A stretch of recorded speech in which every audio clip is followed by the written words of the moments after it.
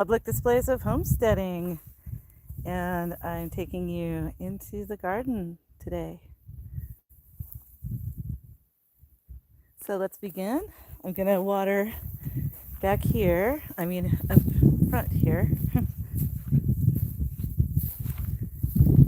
Pretty.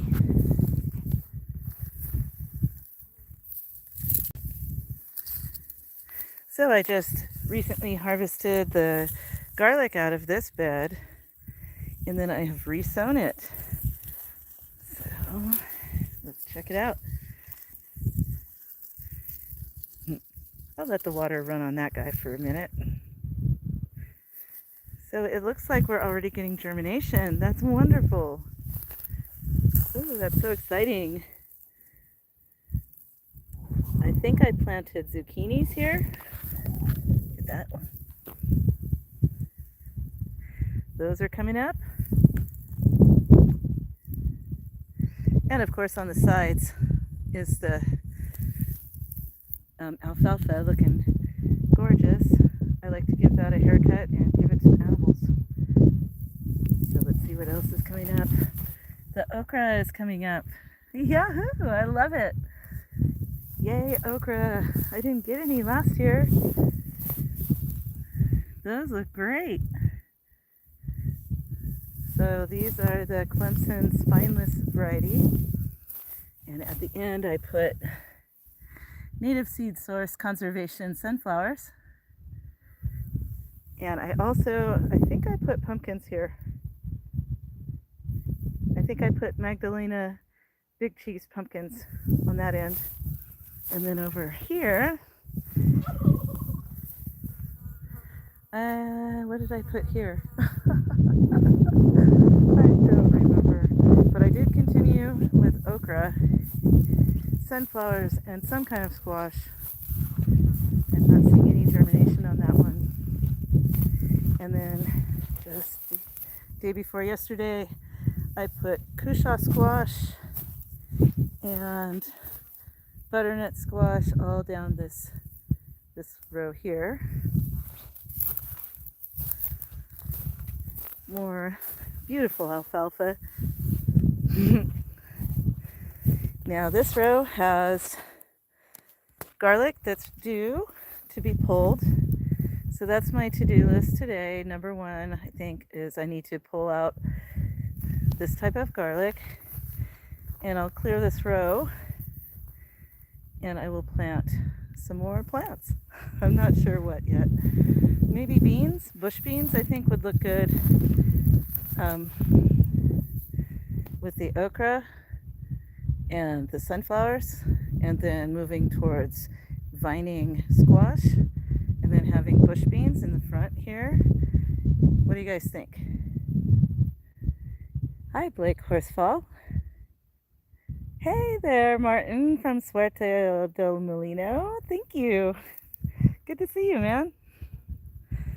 Oh, I better move the water. I forgot I was watering.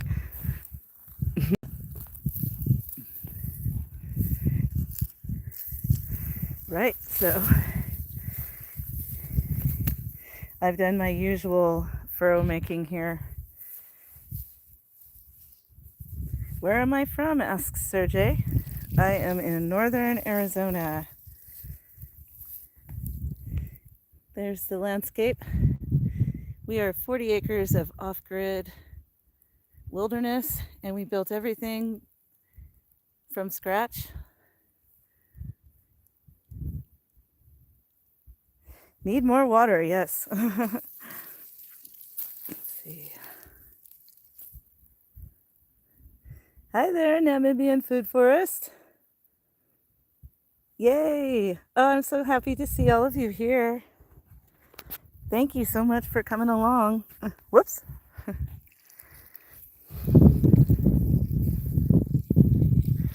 Right, so the furrow shape has a kind of a raised seed bed in the center and like channels for side. I amended the soil with perlite and vermiculite and sheep beans. Oh, hello. Sergey is from Kazakhstan.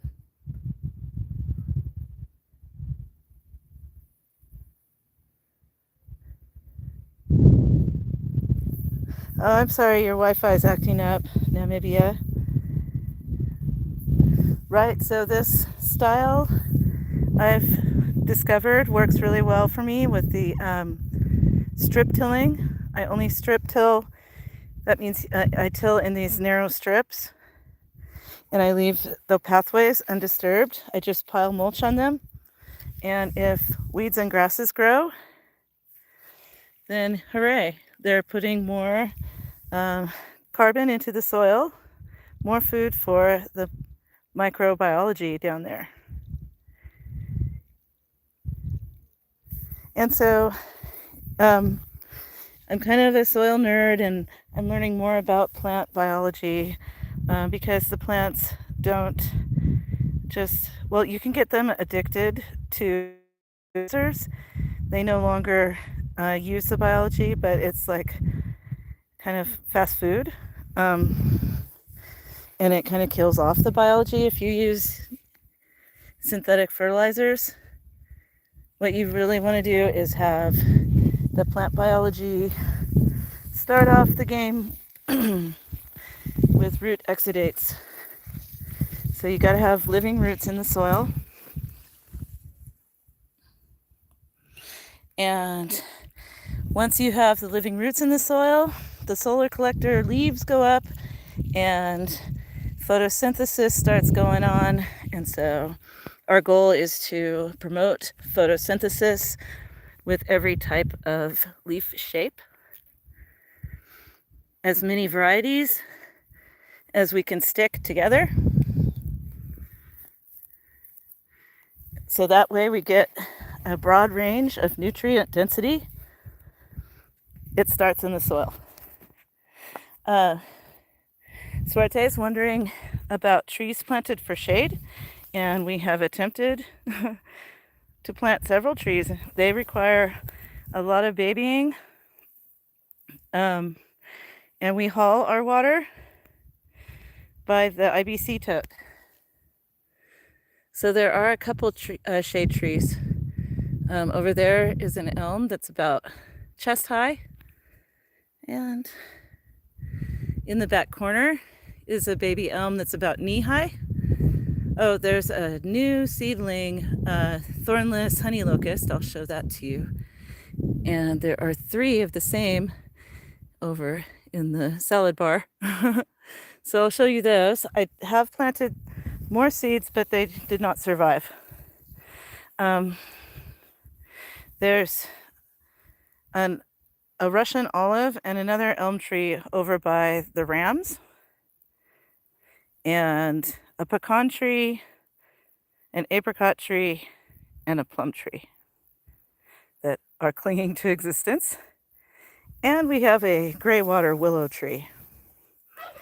So the gray water from our RV flows into a basin planting unit with a willow tree. And that's a legal way for you to handle your gray water here in our county. We're in Apache County, Arizona. So that was a great question. And so also people ask about shade cloth and whatnot. And I'm doing this like au naturel. I'm kind of hard-headed, but I'm also cheap, and we don't actually have a lot of income. We do now.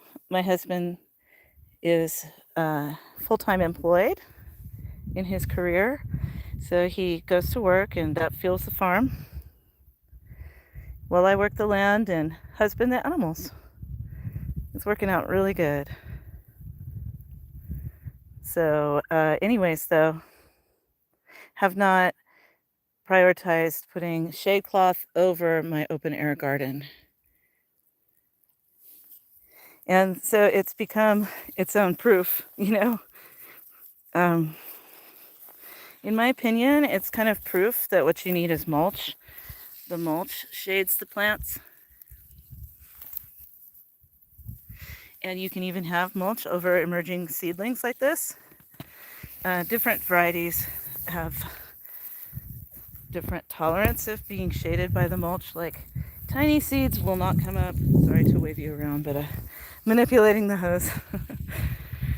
Tiny seeds will not want to push through the mulch, but robust seeds will. And then you can also pop in transplants, like these guys were transplants. Pepper plants. And I do have bindweed. Yes, look at my bindweed.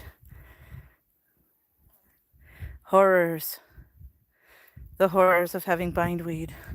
But you know what? I didn't have to buy Morning Glory or other like pretty flower seeds because the bindweed, the native zinnias, the volunteer alfalfa, they all participate in the beauty.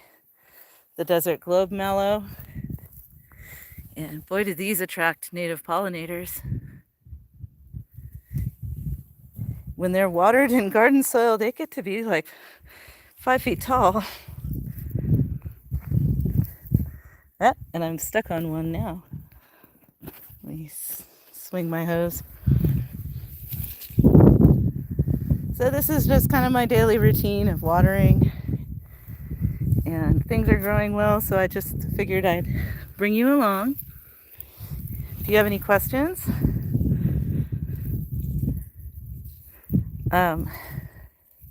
maybe I can speed it up and just kind of take you on a walk.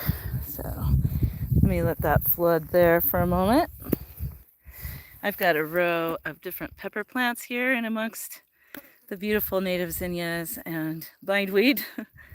But the peppers don't mind. I do chop and drop.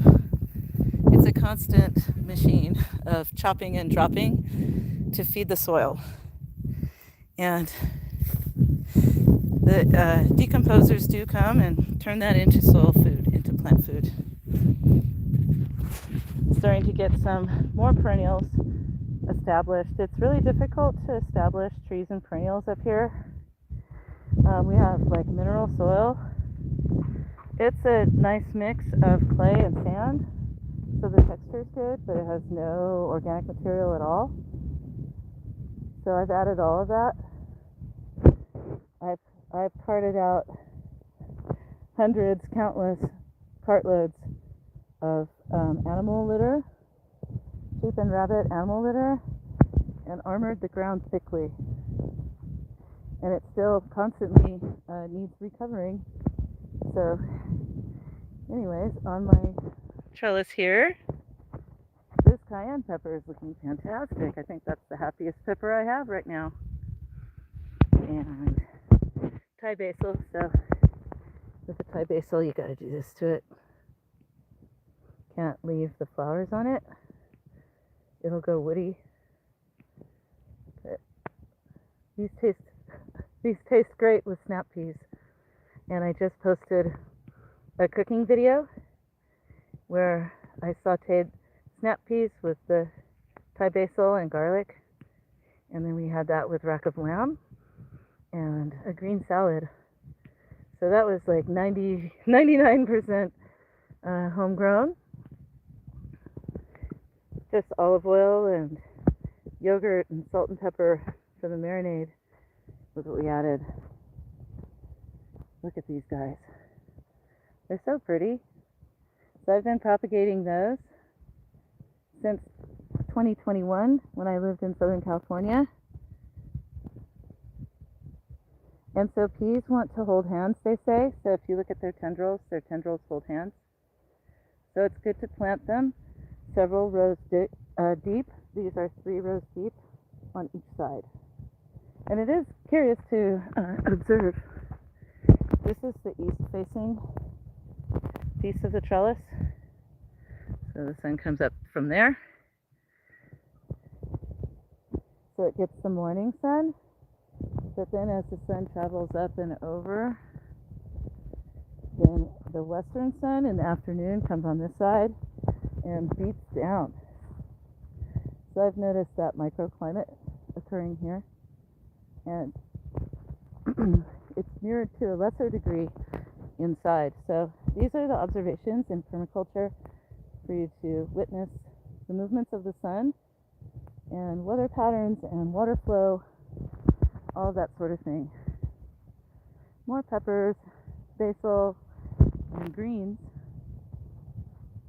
Snap peas galore. So with the snap peas, when you get to where it's the end of the season, and for me here, I've had great luck with the snap peas. They produce all through the warm season, which is our monsoon summer, which we have not had hardly any rain. These are purple carrots. Have not had any rain to mention, but those snap peas produce all summer long. They need a lot of water, but it's well worth it. I have not even seen snap peas in the grocery store. Have you? I mean, I used to see like stir fry mixes or kind of like cellophane packages of fresh snap peas, but I haven't seen that in years now, not since the COVID times. Hey there, Martin. Thank you so much. You're an inspiration too. I love what we're, our different contexts. We do different things with our property. And my context is growing food is my priority for the family. And we haul water. So I have to be very judicious with where I target my hose. And so this is how it goes. We've been in a sustained drought here in Arizona. Our area is labeled severe. But just north of us in Navajo Nation, it is extreme. It's at extreme, and I think they've declared a state of emergency in Navajo Nation. Their wells are going dry. So that's not too far north from us where that's happening. I think we're supposed to have 11 inches on average. I have not seen that in our 4 years here. I think we've seen 3 to 6 inches. So mulching has been the key to the puzzle.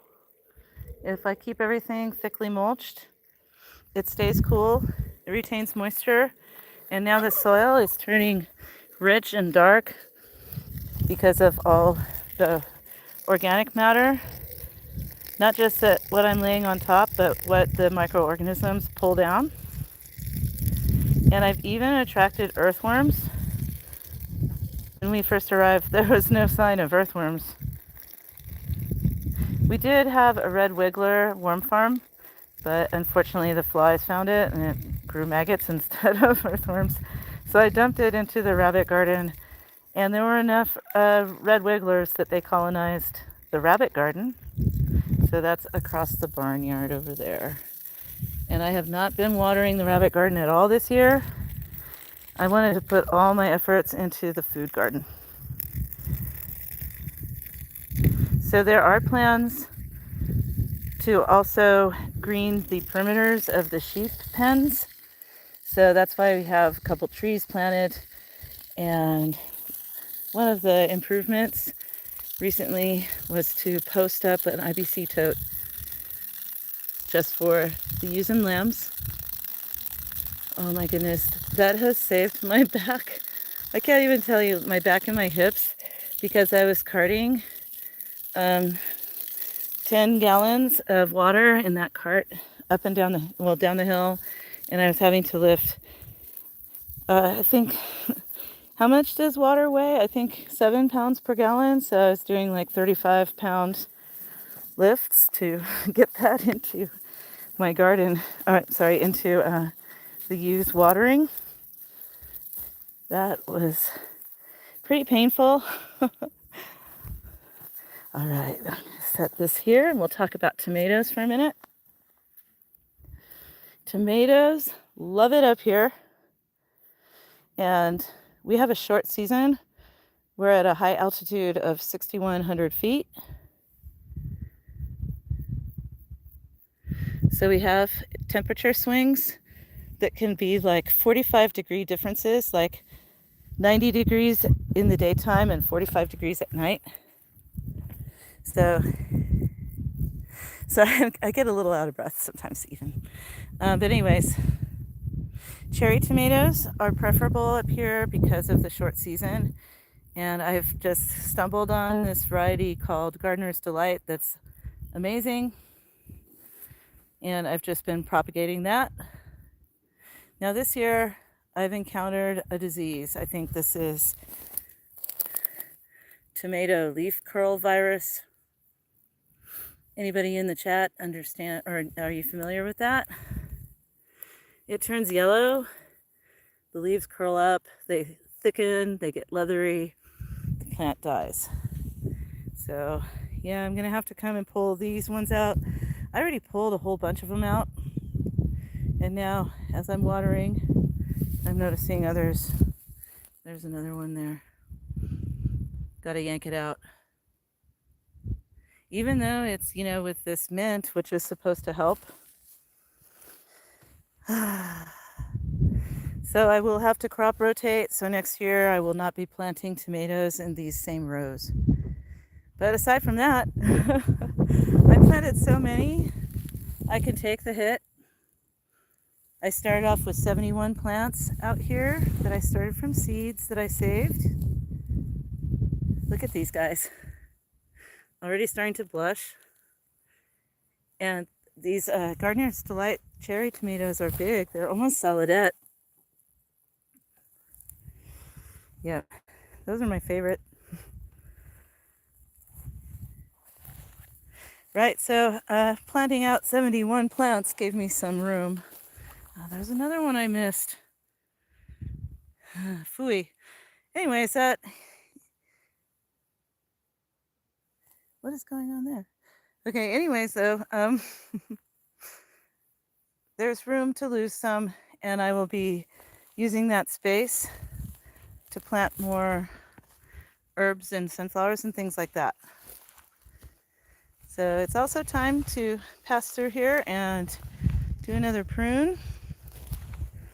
I like to keep those bottom leaves off the ground and kind of have the legs of the plant clear sticks. I seem to get less problems, with disease being transmitted if I maintain that sort of hygiene. And I'm also going to have to sanitize my cutting tools because you can transfer the virus with your secateurs or with the sickle or whatever you're cutting and pruning with. So I gotta wash my hands after handling the diseased plants and not transmit it to the healthy ones. So that's an irritating garden chore.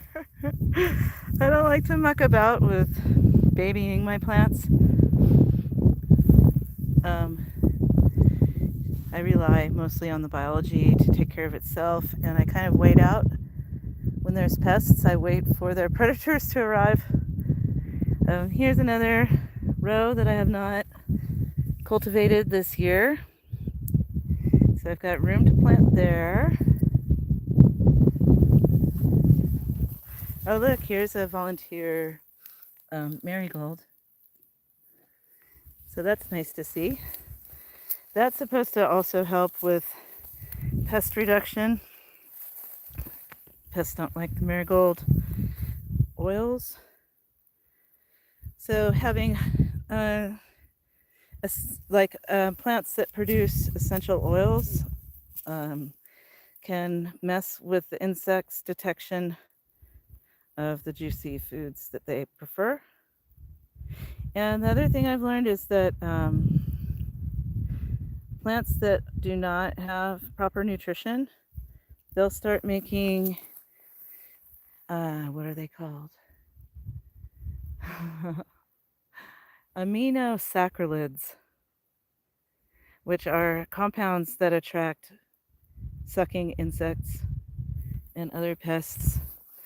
So you don't want your plants to be heat stressed, or they will start burning their protein supplies to make their ATP energy, and then they will pump out ammonium into the soil, and they produce these aminosaccharides that are a beacon for insects. So, interesting facts. And again, beautiful wildflowers. God decided that should grow there. I like mint in the garden because it can survive the winter. This overwintered from last year, and it's spreading. And anything that wants to grow here is kind of welcome to grow here. Within reason. And on that note, let me walk you over. I wanted to show you the example of what is not supposed to grow here. I mean, it's supposed to grow here, but what I don't welcome. As you can see, I have not watered this side yet. My Jerusalem artichokes are thirsty. These are some thirsty bitches. Woo! But look at these gorgeous purple flowers. Are those not tremendous?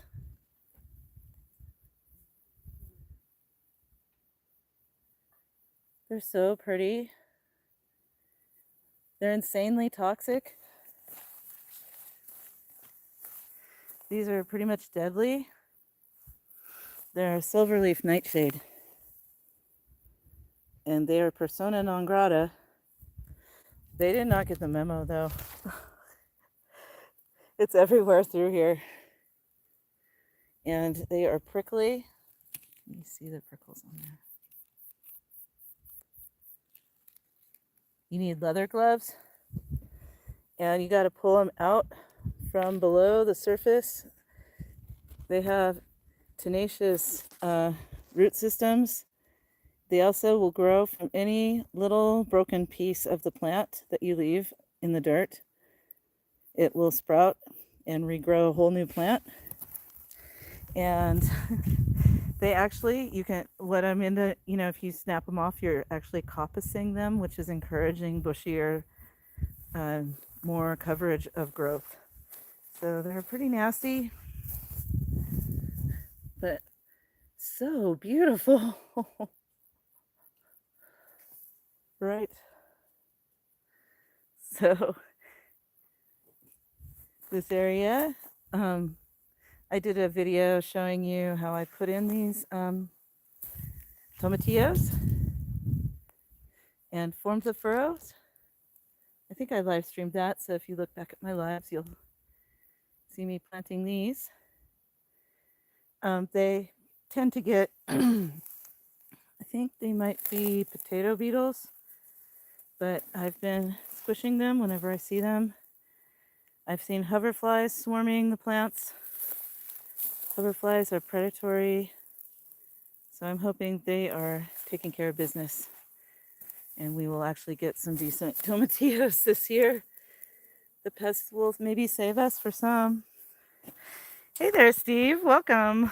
Good to see you, friend. Globe mallows in bloom. These salt bushes, we've got a male pistillate because it makes pollen in its pistils. And then, oh, I'm sorry, staminate. I got it backwards. And the female is pistillate. So she catches the pollen and produces these four-winged fruits.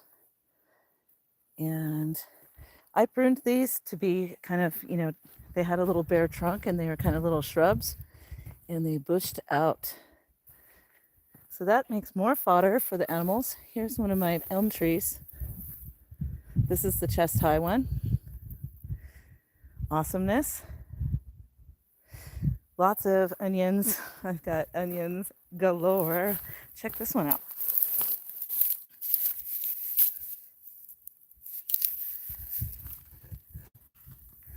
That's a pretty decent one. I've got some even bigger ones down in the main onion patch. Artichoke row. It's thick with weeds, you guys. I gotta get busy. And I left the water running over here. bean pile.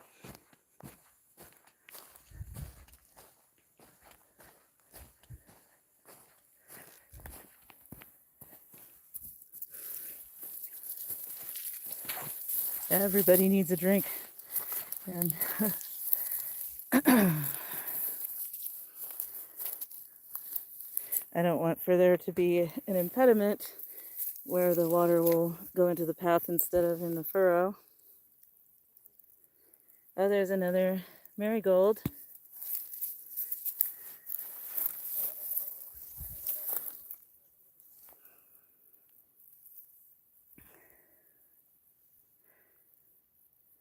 Oh, thanks for saying that, Steve. Steve says thank you. Cool close up on the salt bush. So happy to know that the pruning experiment worked as expected. It is very vigorous, in fact, and it does promote the vegetative growth that's softer and better for the sheep to nibble on. Oh, and I noticed that the rabbits have started to nibble on the salt bush in their enclosure. So that's a new development as well. That's a borage that volunteered from last year. Those make lovely little flowers. I love purple flowers. And there's an oregano. So in the areas where I'm pulling out the diseased tomatoes, I will be plugging in more seeds like that sort of thing. Oh well, so it goes, I like to say, as Kurt Vonnegut used to say. Okay, so I'm gonna let that run for a bit. Yeah, there's a sick plant there. And I tore out 1, 2, 3, 4, 5 here. But the ones that are left behind are doing great. Here's a cilantro / coriander. What have we got going on in there? There's some kind of, is that a spider or a critter? It flew away. Not a spider. Always seeing interesting new insects here. But that's got a lot of hoverflies on it. Need to add more strings to my trellises. Just love those zinnias. That's a zinnia multiflora. Here's some Roma tomatoes. Those are coming on thick. Please don't curl your leaves, guys.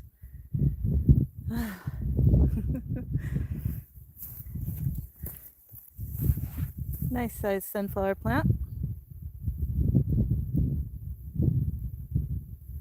These are garlics ready to harvest, and there's another row of them over there. So that's probably going to be, like I said at the beginning, number one chore for me today.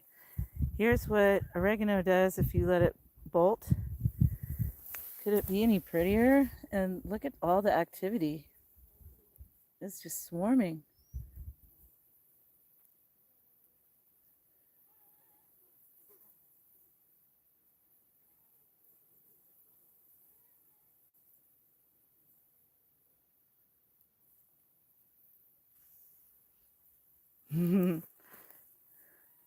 Oh, Steve.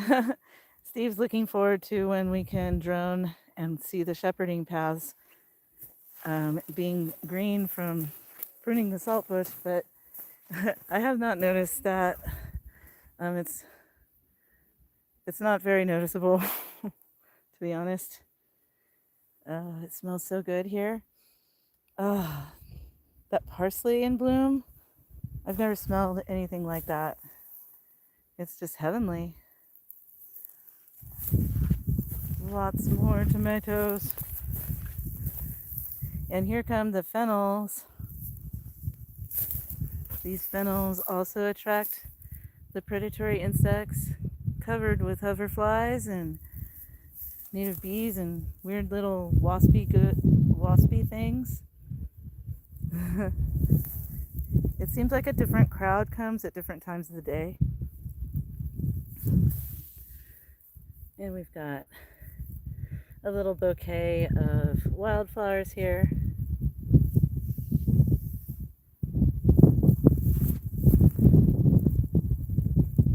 Fennel mixed in with the tomatoes and the mother plants of the fennels. So these I planted the year before last from seed, and so they've come back for 2 winters. And these down below are native desert marigolds that I've just allowed to exist. And so they get watered and they reproduce, and look at all these wasps. It's awesome.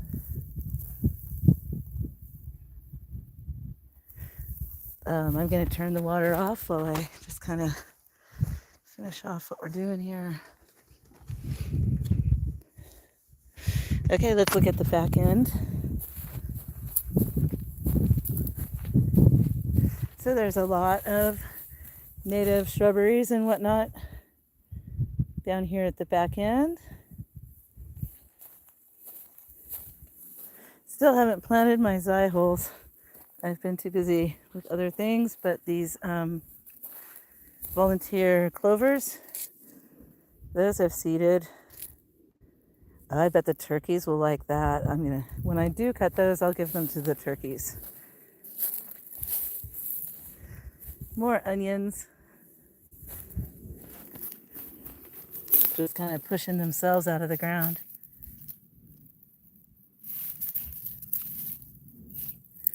These are not ready yet though. They need to flop. They need to start turning brown and go flopsy. Then they're ready. And I'm hoping to win a ribbon at the county fair with some of them. Cute little elm. Now here's the potato patch. Yeehaw, these are growing like gangbusters.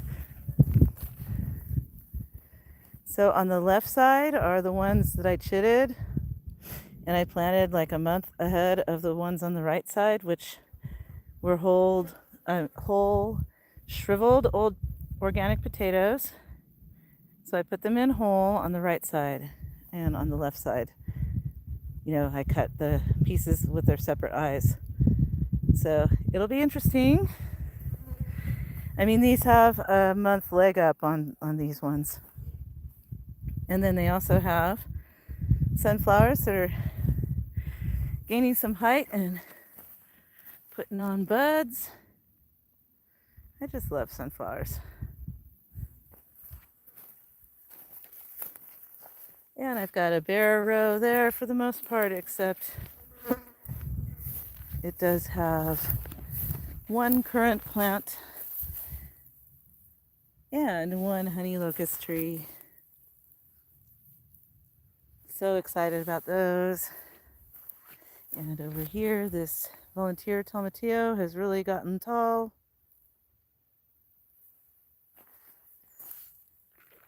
Another currant. So I've got room to plant more in all kinds of places. just taking it one day at a time. I'm the gardener here, so it's my role to take care of this. And I also husband the animals for the most part. Ivan takes care of the birding. Steve says, it's cool to see the blooming herbs acting as the keystone attractant for the predatory insects in your IPM system. Thank you. Is that indigenous pest management, I'm guessing? Thank you. Hoping that it works as a system.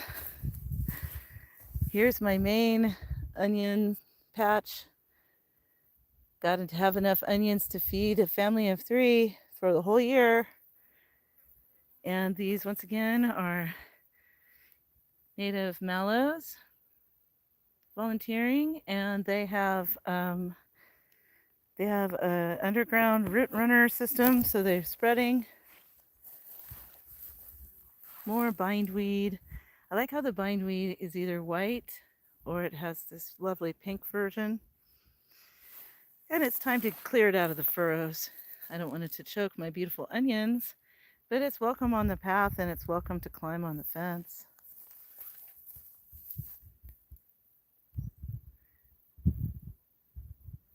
So mallows are in the same plant family as okra. So I'm hoping I will have good results with my okra this year. Got 2 packets worth, 2 different kinds. And we'll see how those perform. All right, we'll have a quick look at the lettuce patch. Excuse me. Quick look at the lettuce patch before I let you go. Integrated pest management. Okay.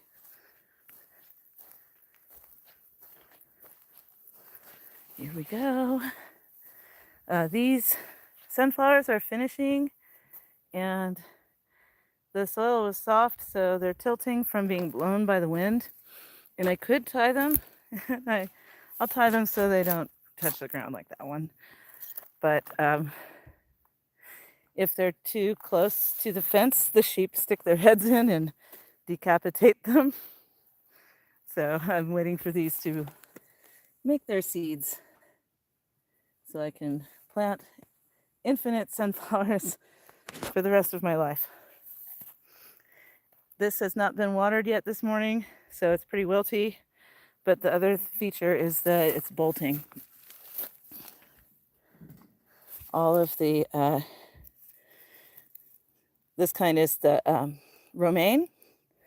The butter crunch is not bolting. So that's cool. When I take all the romaines out and give them to the birds and to the rabbits, that'll expose the butter crunch variety, and it'll also leave open patches. And I think I'm going to put summer squash in the open patches. I had put some little tiny pepper seedlings in there, but they quickly got shaded out by lettuce. More little sunflowers. So I do need to come and cut lettuce so that it comes again instead of bolting. But I just kind of inundated with lettuce. I've had so much lettuce, it's a little bit ridiculous. And there are 3 honey locusts. 3 honey